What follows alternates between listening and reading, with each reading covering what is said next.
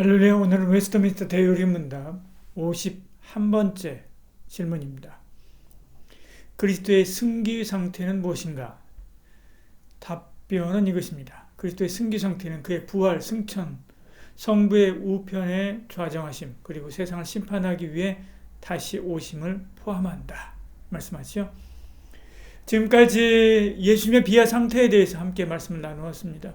오늘부터는 승귀에 대한 말씀입니다. 승귀란 높아지심을 말합니다.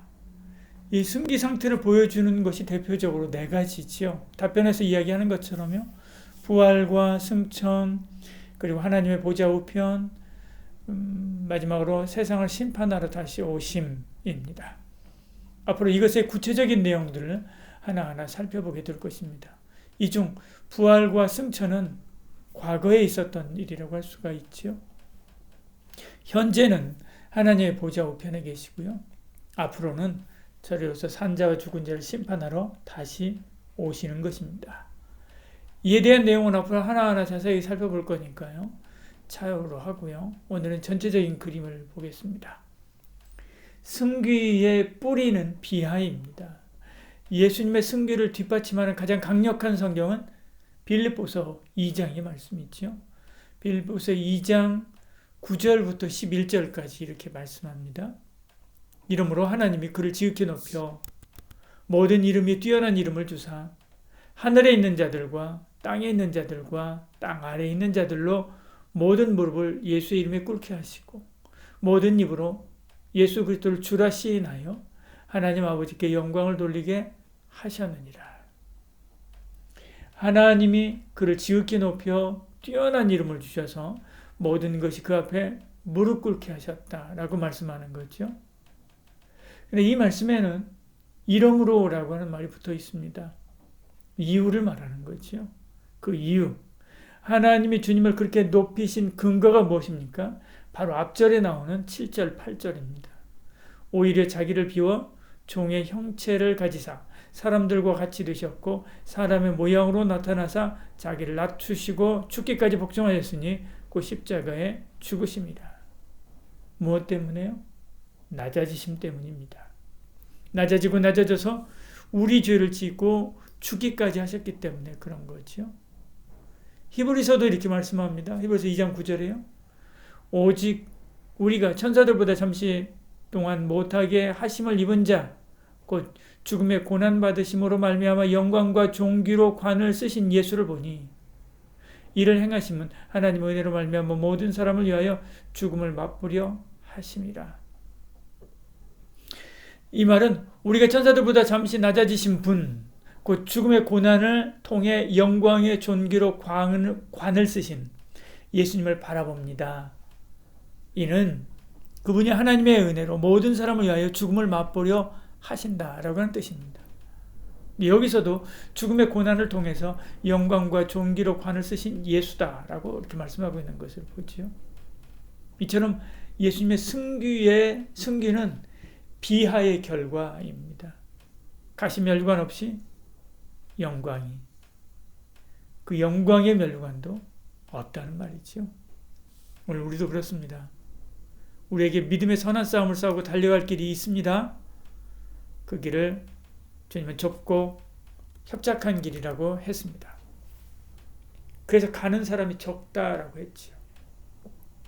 그래도 묵묵히 그 길을 가면 영광의 면류관, 의의 면류관이 기다리고 있다고 말씀했습니다.